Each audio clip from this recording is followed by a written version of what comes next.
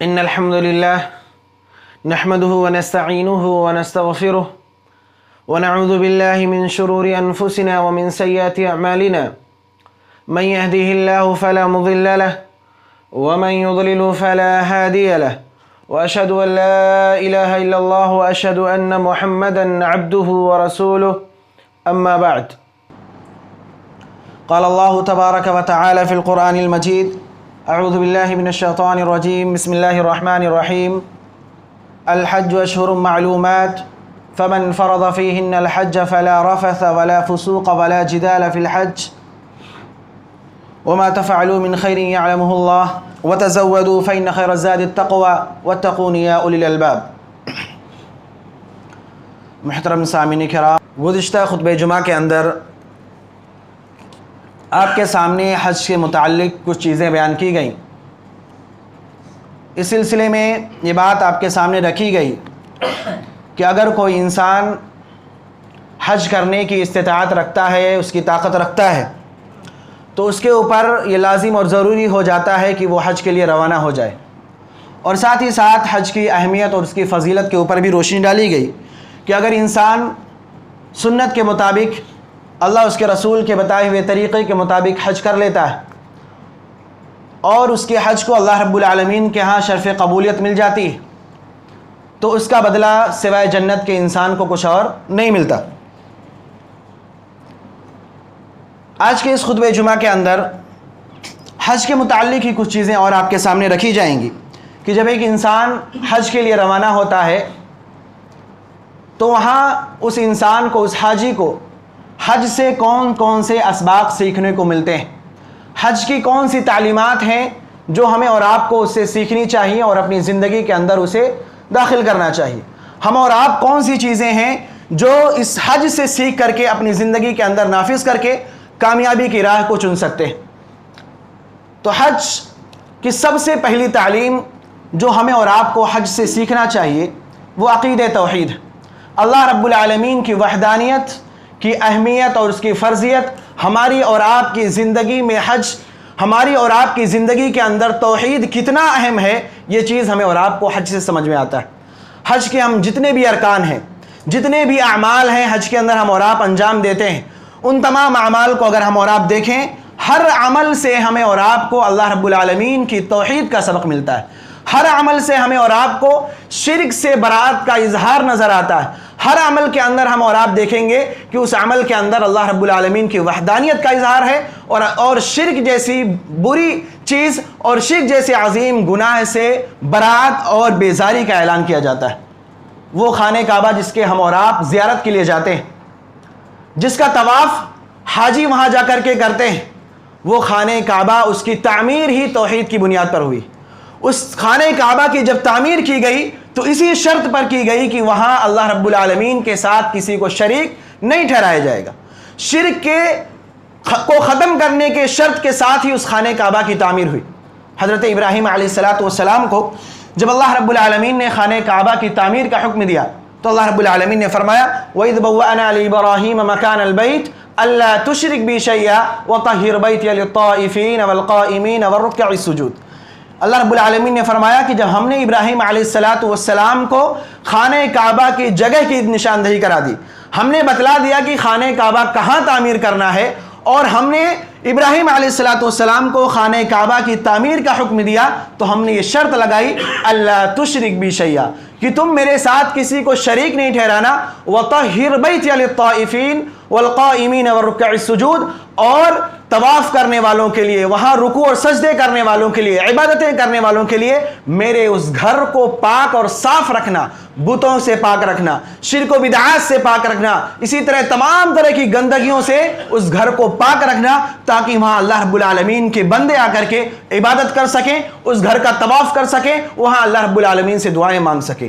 تو اس گھر کی تعمیر ہی اسی بنیاد پر ہوئی ہے کہ وہاں اللہ رب العالمین کی توحید کا سبق دیا جائے گا، وہاں شرک و بدعات جیسی برائیاں جنم نہیں لے سکتی، وہاں جا کر کے ہم اور آپ ان شرک و بدعات جیسی چیزوں میں مبتلا نہیں ہو سکتے. اسی طرح جب حجاج کرام حج کے لیے جاتے ہیں، ان کی زبان پر جو تلبیہ ہوتا ہے، جو تلبیہ وہ پکارتے ہوئے جاتے ہیں، مستقل ان کی زبان پر ہوتا ہے، لبیک اللہم لبیک،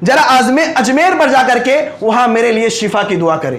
غور کریں کتنی بیکار چیز ہے کہ ہم اور آپ اس گھر میں موجود ہیں, اس گھر میں موجود ہیں جہاں ہماری تمام دعائیں قبول کی جاتی ہیں, جہاں ہماری ہر ایک دعا قبول کی جاتی ہے, ہماری زبان سے نکلا ہوا ہر ایک لفظ اللہ رب العالمین تک پہنچتا ہے. اس گھر میں پہنچنے کے بعد ہم اور آپ جا کر کے اپنی شفا کے لیے کسی اور سے دعا کرائیں, کسی اور کی جگہ پر جا کر کے, کسی اور کے سامنے جا کر کے اپنے لیے شفا کی دعا کریں. کتنی بری چیز ہے, ہم مسلمانوں کے اندر یہ چیز موجود ہے. ہمیں اور آپ کو اس سے مکمل طور سے پرہیز کرنا ہوگا. تو یہ سب سے پہلا سبق ہے حج کا کہ ہم اور آپ اپنی زندگی کے اندر توحید کی عظمت کو سمجھیں اور شرک سے اپنے آپ کو مکمل طور سے پاک رکھیں. اسی طرح حج یہ ہمیں اور آپ کو قیامت کی یاد دلاتا ہے. ہم اور آپ دیکھتے ہیں کہ حج کے موقع سے دنیا بھر سے لوگ اکٹھا ہوتے ہیں, لوگوں کی ایک بڑی تعداد وہاں موجود ہوتی ہے. آپ جدھر بھی نظر ڈالیں گے آپ کو لوگ انسان ہی نظر آئیں گے. عرفات کے میدان میں چلے جائیں, مزدلفہ میں, مینا میں, کہیں بھی آپ ہو, آپ کو ہر جگہ انسان ہی انسان نظر آئیں گے. اتنی بڑی تعداد آپ کو کہیں اور نظر نہیں آتی جتنی آپ کو حج کے موقع پہ نظر آتی. یہی منظر آپ کو حشر کے میدان میں بھی دیکھنے کو ملے گا. جو منظر ہمیں اور آپ کو حج کے موقع پر وہاں دیکھنے کو ملتا ہے وہی منظر حشر کے میدان میں بھی ہوگا. آپ جدھر بھی نظر ڈالیں گے آپ کو انسان ہی انسان نظر آئیں گے. تو یہ حج ہمیں اور آپ کو آخرت کے دن کی بھی یاد دلاتا ہے. یہی وجہ ہے کہ اگر ہم اور آپ قرآن مجید کی تلاوت کریں, سورۃ الحج, سورۃ الحج کی ابتدائی آیات کی طرف ہم اور آپ غور کریں. سورۃ الحج کی ابتدائی آیات کے اندر اللہ رب العالمین نے قیامت کا تذکرہ کیا ہے, اس کی ہولناکیوں کا تذکرہ ہے. سورت کا نام سورۃ الحج ہے لیکن سورت کی ابتدا ہو رہی ہے قیامت کی ہولناکیوں سے. اللہ رب العالمین فرماتا ہے یا ایھا الناس اتقوا ربکم ان زلزلۃ الساعۃ شیء عظیم. اے لوگوں اللہ رب العالمین کا خوف کھاؤ, اللہ رب العالمین سے ڈرو, بے شک قیامت کا جو زلزلہ ہے وہ بڑا شدید ہے, بڑی عظیم چیز ہے. یوم ترونها تذهل كل مرضعة اما ارضعت وتضع كل ذات حمل حملها وترى الناس سكارى وما هم بسكارى ولكن عذاب الله شدید. کہ جس دن تم لوگوں کو دیکھو گے کہ ایک دودھ پلانے والی عورت اپنے بچے سے غافل ہو جائے گی, حمل والیاں اپنے حمل کو گرا دیں گی, اور تم لوگوں کو دیکھو گے کہ وہ نشے کی حالت میں ہیں, حالانکہ وہ نشے میں نہیں ہوں گے, لیکن اللہ رب العالمین کا عذاب ہی اتنا سخت ہے, قیامت کی ہولناکی اتنی خطرناک ہے کہ آپ لوگوں کو دیکھو گے کہ وہ نشے کی حالت میں نظر آئیں گے, مدہوش نظر آئیں گے. تو اس صورت کی ابتدا ہی اللہ رب العالمین نے قیامت کے تذکرے سے کیا, قیامت کی ہولناکیوں سے کیا. حالانکہ اس صورت کا نام سورۃ الحج, جس سے بات واضح ہوتی ہے اللہ رب العالمین ہمیں اور آپ کو یہ بتلانا چاہتا ہے کہ یہ حج کا موقع, یہ حج ہمیں اور آپ کو آخرت کی یاد دلاتا ہے. اس حج کے ذریعہ ہمارے آخرت پر ایمان کی تجدید ہوتی ہے. جہاں ہم اور آپ حج سے توحید سیکھتے ہیں وہیں ہمارا اور آپ کا ایمان آخرت پر اور مضبوط ہو جانا چاہیے اس حج کے موقع سے. یہ بھی حج کی ایک عظیم تعلیم ہے. اسی طرح حج کی تعلیمات میں سے ایک اہم تعلیم اسلامی اخوت ہے, اسلامی بھائی چارہ, اتحاد و اتفاق, کہ ہم اور آپ ایک ساتھ مل جل کر کے رہیں, ایک ساتھ ہم اور آپ مل جل کر کے رہیں. آپ دیکھیں گے حج کے موقع سے دنیا بھر سے آئے ہوئے لوگ, مختلف تہذیبوں سے تعلق رکھنے والے لوگ, مختلف ریتی رواج سے تعلق رکھنے والے لوگ, اپنی شناخت کو بھول کر, اپنی پہچان کو, اپنی روایتوں کو بھلا کر کے سب ایک ساتھ اللہ رب العالمین کی عبادت میں لگے ہوئے تھے. سب ایک ساتھ اللہ رب العالمین کی عبادت میں لگے ہوئے ہوتے ہیں. یہ ہمیں اور آپ کو وہاں اتحاد و اتفاق کا ایک عجیب منظر دیکھنے کو ملتا ہے. وہاں ہمیں اور آپ کو اتحاد و اتفاق کا ایک عجیب منظر دیکھنے کو ملتا ہے. اس حج سے ہمیں اور آپ کو یہی تعلیم دی گئی ہے کہ جس طرح ہم وہاں اتحاد و اتفاق کے ساتھ رہتے ہوئے تمام اعمال کو انجام دیتے ہیں, ایسی ہماری زندگیوں کے اندر بھی اتحاد ہونا چاہیے. ہمارے معاشرے کے اندر جہاں ہم اور آپ رہتے ہیں ایک دوسرے کے ساتھ مل جل کر رہیں. قرآن مجید کے اندر اگر ہم اور آپ مطالعہ کریں تو وہ آیتیں جن کے اندر اللہ رب العالمین نے مسلمانوں کو اتحاد کے ساتھ رہنے کا حکم دیا ہے, ان آیتوں پر اگر آپ غور کریں گے تو آپ کو یہ معلوم ہوگا کہ یہ آیتیں حج کے آیتوں کے آس پاس میں ہی نظر آئیں گی, یا تو اس سے پہلے یا اس کے بعد. جن آیتوں کے اندر اللہ رب العالمین نے اتحاد و اتفاق کا تذکرہ کیا ہے آس پاس میں ہی آپ کو حج کے آیتیں نظر آ جائیں گی. اس کی ایک واضح مثال اللہ رب العالمین نے قرآن مجید کے اندر فرمایا وَاعْتَصِمُوا بِحَبْلِ اللَّهِ جَمِيعًا وَلَا تَفَرَّقُوا. اے لوگوں اللہ رب العالمین کی رسی کو مضبوطی سے پکڑ لو اور آپس میں فرقہ بندیوں میں نہ بٹو, تفرقہ بازی میں نہ بٹو.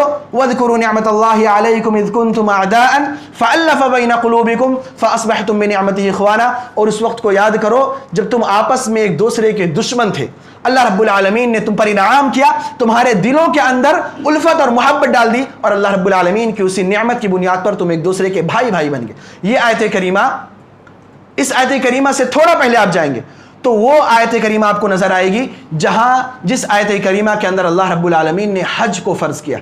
وَلِلَّهِ عَلَى النَّاسِ حِجُّ الْبَيْتِ مَنِ اسْتَطَاعَ إِلَيْهِ سَبِيلًا, کہ اللہ رب العالمین نے ان لوگوں پر حج کو فرض کر دیا ہے جو حج کی طاقت رکھتے ہوں. اس آیت کریمہ کے 2-3 آیتوں کے بعد ہی یہ اتحاد والی آیت موجود ہے. اس چیز سے بھی ہمیں اور آپ کو معلوم ہوتا ہے کہ اللہ رب العالمین ہمیں پیغام دینا چاہتا ہے, ہمیں اور آپ کو یہ سبق دینا چاہتا ہے کہ حج کہیں نہ کہیں ہمیں اور آپ کو اتحاد اور اتفاق کا سبق دیتا ہے.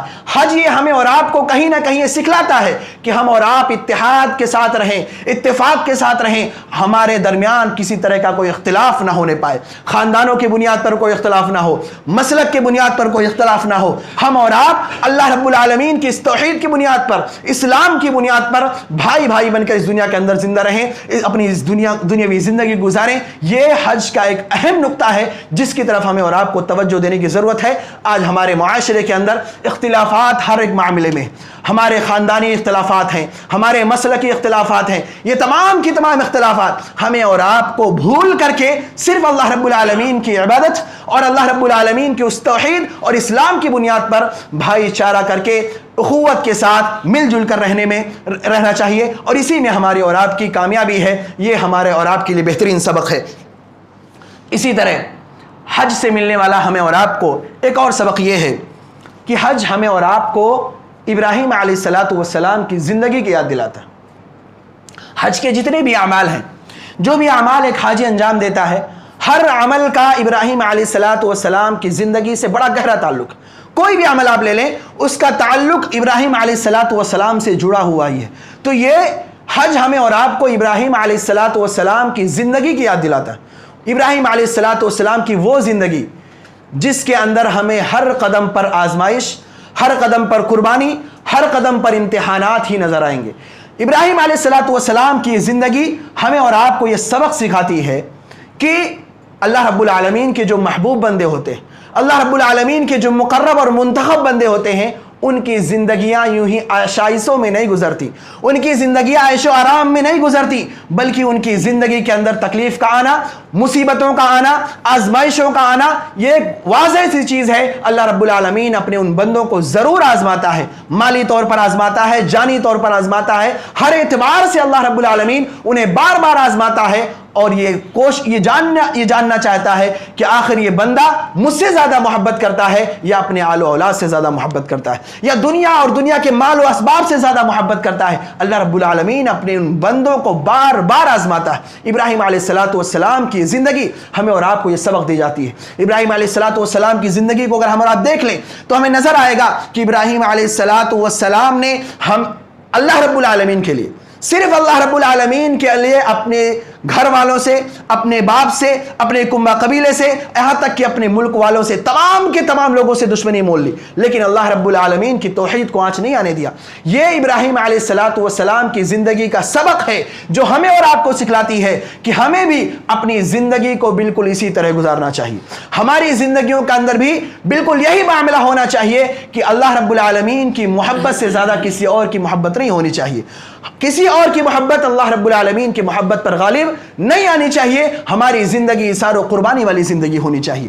یہ سبق ہمیں اور آپ کو ابراہیم علیہ السلام کی زندگی سے ملتا ہے, جس زندگی کا سبق ہمیں اور آپ کو یہ حج کا موقع ہمیں اور آپ کو عنایت کرتا ہے. حج کے موقع سے جس زندگی کی ہمیں اور آپ کو یاد آتی ہے, تو ہمارے اور آپ کے لیے اس کے اندر یہ بھی سبق ہے کہ ہم اور آپ اپنی زندگی کو بالکل ایسے ہی گزاریں جس طرح ابراہیم علیہ السلام نے گزارا. ہم اور آپ اپنے آپ کو اللہ رب العالمین کے مکمل طور سے حوالے کر دیں جس طرح ابراہیم علیہ السلام نے اپنے آپ کو اللہ رب العالمین کے حوالے کر دیا تھا. اسی طرح حج کا ایک اور سبق یہ ہے کہ اگرچہ ہم اور آپ کسی ایسے ماحول میں رہتے ہوں جہاں برائیاں عام ہوں یا برائیوں کے اسباب وہاں موجود ہوں, ہم اور آپ اگر اپنی نگاہیں اٹھائیں تو ہم گناہوں میں مبتلا ہو سکتے ہیں. ایسے ماحول میں رہنے کے باوجود ہمیں اپنے آپ پر کنٹرول کرنا ہے, ہمیں گناہوں سے بچ کر کے رہنا ہے. یہ بھی حج کا ایک بہترین سبق ہے جس کو ہمیں اور آپ کو سیکھنا ہے. حج کے موقع سے ہم اور آپ دیکھتے ہیں کہ حاجی کو احرام کی حالت میں اپنی بیوی کے قریب جانے سے روک دیا گیا, اور حج کی حالت میں جب ایک عورت احرام کی حالت میں ہوتی ہے اسے اپنا چہرہ ڈھکنے سے مکمل طور سے منع کر دیا گیا. عورت حالت احرام میں اپنا چہرہ نہیں ڈھک سکتی. حج کے موقع پر ہم اور آپ دیکھتے ہیں کہ لاکھوں کی تعداد میں عورتیں وہاں موجود ہوتی ہیں. ایک انسان جو وہاں موجود ہے اس کی نگاہ اس عورت پر پڑ سکتی ہے. ایسے موقع سے شیطان اسے گمراہ کر سکتا ہے, بہکاوے میں ڈال سکتا ہے, اس کے دل میں برے خیالات لا سکتا ہے. لیکن اللہ رب العالمین نے کیا کہا؟ فَمَنْ فَرَضَ فِيهِنَّ الْحَجَّ فَلَا رَفَثَ وَلَا فُسُوقَ, کہ جو شخص اپنے اوپر حج کو فرض کر لے, حج کا ارادہ کر لے, اس کے لیے ضروری ہو جاتا ہے کہ وہ اپنی بیوی سے دور رہے اور اپنے دل کے اندر کسی طرح کا برا خیال نہ لائے, مکمل طور سے گناہوں سے اپنے آپ کو دور کر لے. ولا فسوق, فسق و فجور نہیں ہونا چاہیے, کسی بھی طرح کا کوئی گناہ وہ انجام نہ دے اس ماحول میں رہ کر کے بھی. تو یہ ہمارے اور آپ کے لیے سبق ہے کہ ہم جس محلے میں رہتے ہیں, جس علاقے میں رہتے ہیں, اگرچہ وہاں ایسی بے پردگی ہو, جہاں لوگ پردہ نہ کرتے ہوں, جہاں گناہوں کے اسباب موجود ہوں, شیطان ہمیں مائل کر سکتا ہو, ایسے موقع پر بھی ہمیں اور آپ کو اپنے نفس پر کنٹرول رکھنا ہے, ہمیں ان گناہوں کی طرف مائل نہیں ہونا ہے. یہ ایک بہترین سبق ہے اور ہمیں اور آپ کو اس چیز پر ضرور عمل کرنا چاہیے, کیونکہ آج کا ہمارا یہ معاشرہ بالکل بے آئینی ایسی ہے کہ اگر ہم اور آپ نگاہ بھی اٹھائیں تو ہم گناہوں سے بچ نہیں سکتے. ہمیں اور آپ کو اس چیز کی طرف توجہ دینی ہے. اسی طرح حج کا ایک اور پیغام یہ ہے کہ اگرچہ ہمارے ساتھ ماحول کتنا ہی سخت کیوں نہ ہو, ہمارے ساتھ کچھ پریشانیاں ہی کیوں نہ آئیں, ہم کچھ پریشانیوں میں ہی کیوں نہ مبتلا ہو جائیں, ہم صبر کا دامن نہ چھوڑیں, ایک دوسرے سے لڑائی جھگڑا نہ کریں. حج کے موقع سے ہم اور آپ دیکھتے ہیں کہ مسلمانوں کی ایک بڑی تعداد وہاں موجود ہوتی ہے, بڑا رش ہوتا ہے, وہاں چلنا پھرنا مشکل ہوتا ہے, اعمال کو انجام دینا مشکل ہوتا ہے. اس موقع سے بسا اوقات انسان کو دھکے بھی لگتے ہیں, چوٹ بھی کھاتا ہے انسان. اس ماحول میں رہ کر کے بسا اوقات انسان کی فطرت میں چڑچڑاپن بھی آ جاتا ہے. لیکن ایسے موقع پر بھی اللہ رب العالمین نے کہا وَلَا جِدَالَ فِي الْحَجِّ, کہ حج کے موقع پر ایک حاجی کے لیے جھگڑا کرنا کسی بھی طرح جائز اور درست نہیں ہو سکتا. آپ وہاں چوٹیں بھی آ رہی ہیں کسی کی وجہ سے, آپ وہاں پریشان بھی ہو رہے ہیں, رش بھی ہے, لیکن اللہ رب العالمین نے کہا کہ وہاں آپ کسی کے ساتھ جھگڑا نہیں کریں گے. تو یہی عمل, یہی فارمولہ ہمیں اپنے یہاں بھی اپنانا ہے کہ ہمارے ساتھ اگر کسی طرح کی کوئی پریشانی لاحق ہو جاتی ہے, ہم کسی مصیبت میں پڑ جاتے ہیں, کوئی ہمیں کسی طرح کی تکلیف بھی دے دیتا ہے, تو ہم اس پر واویلا نہ مچائیں, جھگڑے لڑائیاں نہ کریں, بلکہ صبر سے کام لیں, کیونکہ صبر کا پھل اللہ رب العالمین ہمیں ضرور دیتا ہے. تو یہ بھی ایک بہترین سبق ہے. اسی طرح حج کا ایک اور سبق یہ ہے کہ ہم اور آپ اپنی کامیابی کے لیے, اپنی منزل تک پہنچنے کے لیے کبھی کسی دوسرے انسان کو تکلیف نہ دیں. اس کی مثال حج کے موقع سے طواف کرتے وقت حاجیوں کے لیے ہے کہ وہ حجر اسود کو بوسہ دیں گے. شریعت نے ہمیں اور آپ کو یہ حکم دیا ہے کہ طواف کرتے وقت ہم اور آپ حجر اسود کو بوسہ دیں گے. لیکن شریعت نے ساتھ ہی ساتھ ہمیں اس بات کی بھی اجازت دی ہے کہ اگر وہاں بھیڑ زیادہ ہو, آسانی سے ہم اور آپ وہاں نہیں پہنچ سکتے, تو ہم دور سے ہی اشارہ کر لیں گے. وجہ کیا ہے کہ اگر ہم اور آپ زبردستی اس میں گھسنے کی کوشش کریں گے, خود کو بھی تکلیف پہنچائیں گے, بسا اوقات دوسروں کو بھی تکلیف پہنچائیں گے. اس حجر اسود تک پہنچنے کے لیے, بوسہ دینے کے لیے ہم اور آپ دوسروں کو بھی تکلیف پہنچا سکتے ہیں, اور اسی تکلیف سے دور رکھنے کے لیے شریعت نے ہمیں اور آپ کو حکم دیا کہ ہم اور آپ دور سے ہی اشارہ کر لیں اگر ہم اور آپ وہاں تک آسانی سے نہیں پہنچ سکتے. اس سے ہم اور آپ کو یہ سبق ملتا ہے کہ ہم دنیاوی معاملات کے اندر اپنے کسی مقصد تک پہنچنے کے لیے دوسروں کو ہرگز تکلیف نہ پہنچائیں. کسی منزل تک پہنچنے کے لیے, دنیا کے اندر کامیاب ہونے کے لیے دوسروں کو کچلتے ہوئے, روندتے ہوئے آگے نہ بڑھیں, کہ ہم اپنی منزل تک پہنچ جائیں. اس منزل تک پہنچنے میں چاہے راستے میں کتنے ہی لوگ کیوں نہ آئیں, سب کو ادھر ادھر کرتے ہوئے, سب کو نقصان پہنچاتے ہوئے, تکلیف دیتے ہوئے, سب کو دھوکہ دیتے ہوئے ہم اور آپ اپنی منزل تک پہنچیں, یہ ہرگز نہیں ہونا چاہیے. حج سے ہمیں اور آپ کو یہ بھی سبق ملتا ہے. اس طرح کی بے شمار اسباق ہیں جو ہمیں اور آپ کو حج سے ملتے ہیں. ضرورت اس بات کی ہے کہ ہم اور آپ ان اسباب کو, ان تعلیمات کو, ان پیغامات کو سمجھیں اور سمجھنے کے ساتھ ساتھ ان پر عمل کرنے کی کوشش کریں. حجاج کرام جو حج کے لیے جا چکے ہیں یا جانے والے ہیں یا جو حج کر کے آ چکے ہیں, ان کے لیے تو سب سے پہلے ضروری ہے کہ وہ اس حج کے احکامات اور اس حج کے جو پیغامات ہیں, جو تعلیمات ہیں, ان پر عمل کریں. اگر ان تعلیمات پر وہ عمل نہیں کرتے تو گویا کہ انہوں نے حج کا حق ادا نہیں کیا, وہاں سے انہوں نے کچھ نہیں سیکھا. اور اسی کے ساتھ ساتھ جو لوگ نہیں گئے ہیں ان تمام لوگوں کے لیے بھی, اگرچہ وہ حج کے لیے نہیں گئے ہیں یا اپنے گھروں کے اندر موجود ہیں, ان کے لیے بھی یہ سبق ہے, ان کے لیے بھی ضروری ہے کہ ان تعلیمات پر عمل کریں. ضرورت اس بات کی ہے کہ ہم اور آپ ان چیزوں کو بغور سمجھیں اور اس پر عمل کرتے ہوئے اپنی زندگی کو گزاریں۔ اللہ رب العالمین سے دعا ہے کہ اللہ رب العالمین ہم تمام مسلمانوں کو حج کے جو بھی پیغامات ہیں، جو بھی تعلیمات ہیں، ان پر عمل کرنے کی توفیق عطا فرمائے۔ اللہ رب العالمین جو لوگ بھی حج کے لیے روانہ ہوئے ہیں یا ہونے والے ہیں، انہیں صحیح سلامت وہاں تک پہنچا کر کے انہیں تمام اعمال کی صحیح طریقے سے انجام دہی کی توفیق عطا فرما۔ اللہ رب العالمین تو ہم تمام مسلمانوں کو نیک اعمال کی توفیق عطا فرما اور برائیوں سے محفوظ رکھ۔ اللہ رب العالمین جو ہمیں بیمار ہیں انہیں شفاء کاملہ عاجلہ عطا فرما۔ اللہ رب العالمین جو ہمیں وفات پا چکے ہیں ان کی مغفرت فرما، آمین۔ تقبل یا رب العالمین۔